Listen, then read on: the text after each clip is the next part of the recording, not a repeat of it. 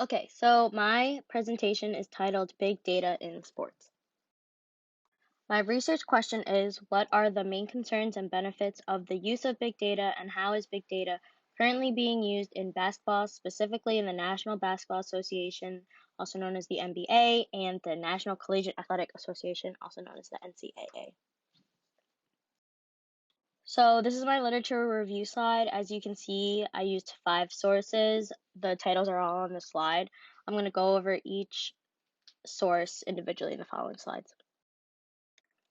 So my first source is titled Was You Robbed? Concerns with Using Big Data Analytics in Sports. The focus of this article was to go over the main concerns with data analytics. So a main concern with big data being used in sports is that the data analytics does cost a lot of money. So it's expensive. Therefore, teams and players that have a lower economic status wouldn't be able to afford it in order to gain the information needed to play smarter and to play better. So this is a problem because it puts some teams at a disadvantage than other teams. A second concern with data analytics being used is the accidental discovery of actionable data that is health related. So, as data is collected by analysts, there is a real concern that the analyst will accidentally come across actionable data that is health related to the athlete or to their extended family. For example, a predisposition to Alzheimer's. These incidental findings may be perceived as predictive by the athlete, their team, and by management. Thus, they could be used to assume a specific fate for the athlete, which could prematurely end their career, or they could face problems with insurance. Another concern with big data is that as analysts collect data on the athletes and their families, that information is private and sensitive. But because these teams and athletes push to collect this information, the fans, the public, and sports broadcasting companies will also try to gain access to that private information. The second source that I use is titled Sports Analytics in the Era of Big Data, Moving Toward the Next Frontier. So this source just talks about some concerns and some benefits. So another concern with big data is the possible consequences of accessible data in relation to fantasy sports. Some analysts argue that the availability of big data and computing power will greatly alter the landscape of the fantasy sport market from the perspective of efficient market hypothesis, because the access to information and computing power would cause a large skew in the allocation of earnings. Thus, the fantasy market needs to be regulated and controlled. Otherwise, some fantasy sports players will make a lot more money than others, and that would cause a big dissatisfaction amongst the fans that use or play fantasy sports. Moving on, this article also talks about some important benefits. So an important benefit is that with new technological advancements, sensor-based player tracking data lets the coaching staff know the location of every single player on the court at every single point in time during the whole game, which provides helpful insight for a basketball player. For example, if someone is better at shooting threes on the right side of the court versus shooting threes on the left side of court, the plays will be altered to where that player would probably end up shooting a three on the right side of the court instead of the left side of the court, or whichever side that they were better at.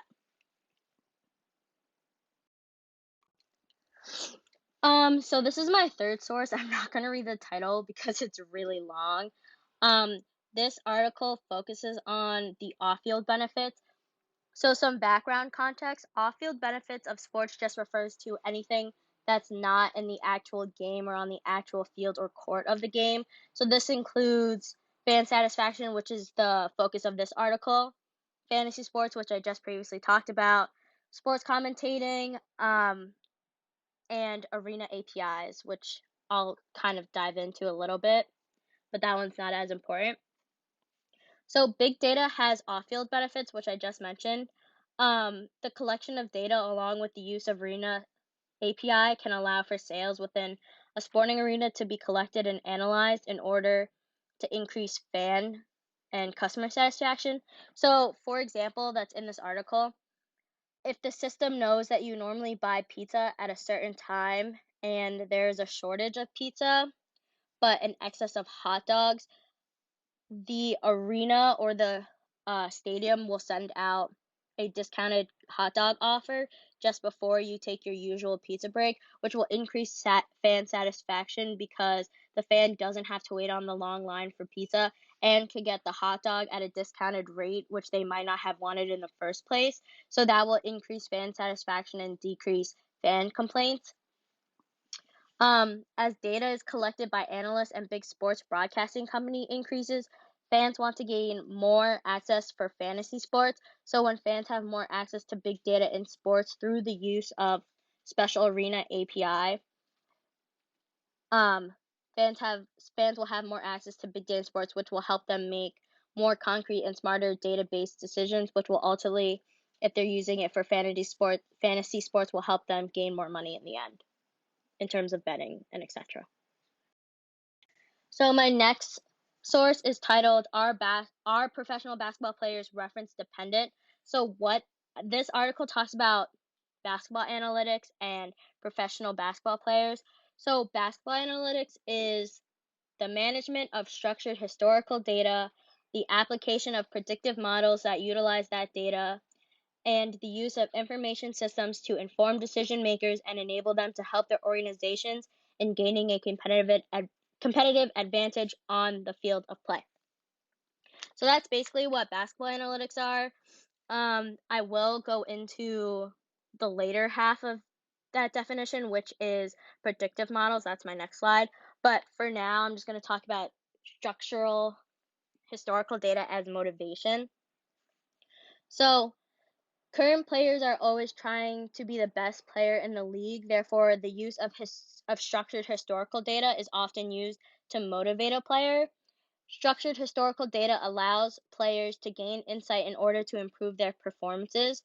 For example, a player may want to be the highest scoring player on his team, and so giving him a reference point of the current of his current highest scoring teammate, the player may use the reference point as motivation or to surpass his teammate. So this helps basketball players motivate themselves and try to get to the best that they can be using data analytics because the structured historical data comes from data analytics. Okay, moving on. So this talks about basketball analytics, but the later half of predictive models that I mentioned in my last slide. So the source is titled Predicting Upsets, the 2017 NCAA Men's Basketball Tournament. So just some historical context or background context for those who don't follow the NCAA Men's Basketball Tournament. The NCAA March Madness Men's Basketball Tournament is one of the most popular sporting events of the year. The tournament is filled with many upsets and exciting games where teams that should win actually end up losing to lower ranked teams. March Madness is sometimes unpredictable, but with the help of big data analytics, there can be more predictions into who will win these upsets and if upsets will occur. So in this article, they basically came up with a predictive model using a predictive algorithm, and they tested it in the 2017 NCAA March Madness basketball tournament. So their algorithm scored better than 76.8% of all of the brackets entered for that year. In the first round of the tournament, the algorithm correctly predicted the upset wins by the 12th seed Middle Tennessee, the 11th seed Xavier, and the 10th seed Wichita State. The algorithm overall did a solid job in round one, which is probably the easiest round in my personal opinion. The algorithm correctly predicted 25 of the 30 of round one games. So round one games is pretty easy to predict. What happens is as the tournament goes on, it gets harder and harder to predict games. So although the algorithm overall did a good job predicting the game outcomes for round one, it's important to note that they were unable to correctly predict some of the biggest upsets, which happened later on in the rounds closer to the championship. For example, the Final Four, Elite Eight, Sweet 16, those rounds are harder to predict. But this is an example of how basketball analytics is currently being used today. So quantitative data how will I gain quantitative data? Sorry.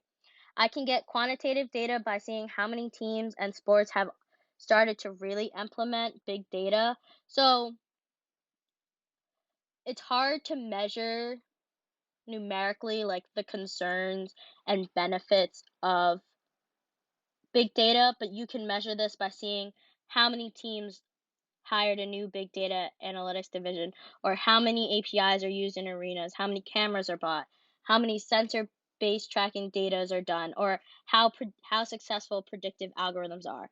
For example, in the one that I mentioned, that predictive algorithm scored better than 76.8%. You can see if benefits are getting better or if the algorithm is successful or not by kind of basing it on what percentage they scored better than. So for qualitative data, I can get qualitative data through interviews. For example, interviewing management of teams, figuring out what steps they're taking to implement big data, what they currently have, what they're striving for, what they use the big data for, what are some of their concerns. Interviewing fans, especially fantasy sports fans, seeing if they keep up to date with some stats that are put out by the teams or put out by big data websites to figure out if they're really using the data and how that impacts their decision making, especially in fantasy sports, and interviewing data professionals.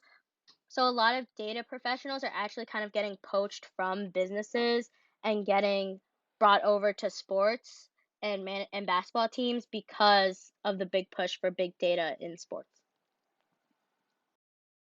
So, some next steps. Um, Keep in mind that big data in sports is a growing field, so this could really go anywhere. Um, as technology advances, the benefits and the uses of big data also advance, but don't forget that there are still some ethical concerns such as privacy, and how much money it costs. So, although it is growing, it is important to keep in mind some of the concerns because we don't want all the benefits to overshadow some of the concerns that do affect some players, especially some older basketball players that are discovering some actionable health data.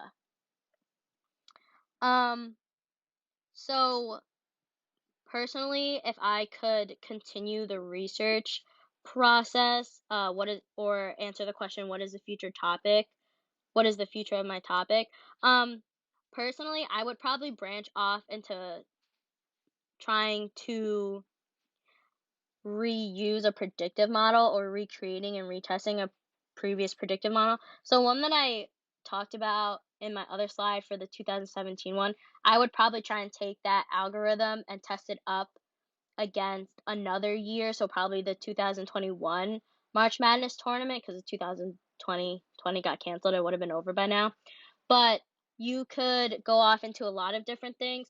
So I talked about fantasy sports, off-field benefits, predictive modeling, and betting. So big data in sports can really go anywhere. It just depends which type you want to go off into. If you want to go more into the tech side, you would probably do APIs. If you want to go into more statistical or math side, it would probably be predictive models. So you could really go anywhere with big data because it is growing. This is just my references slide.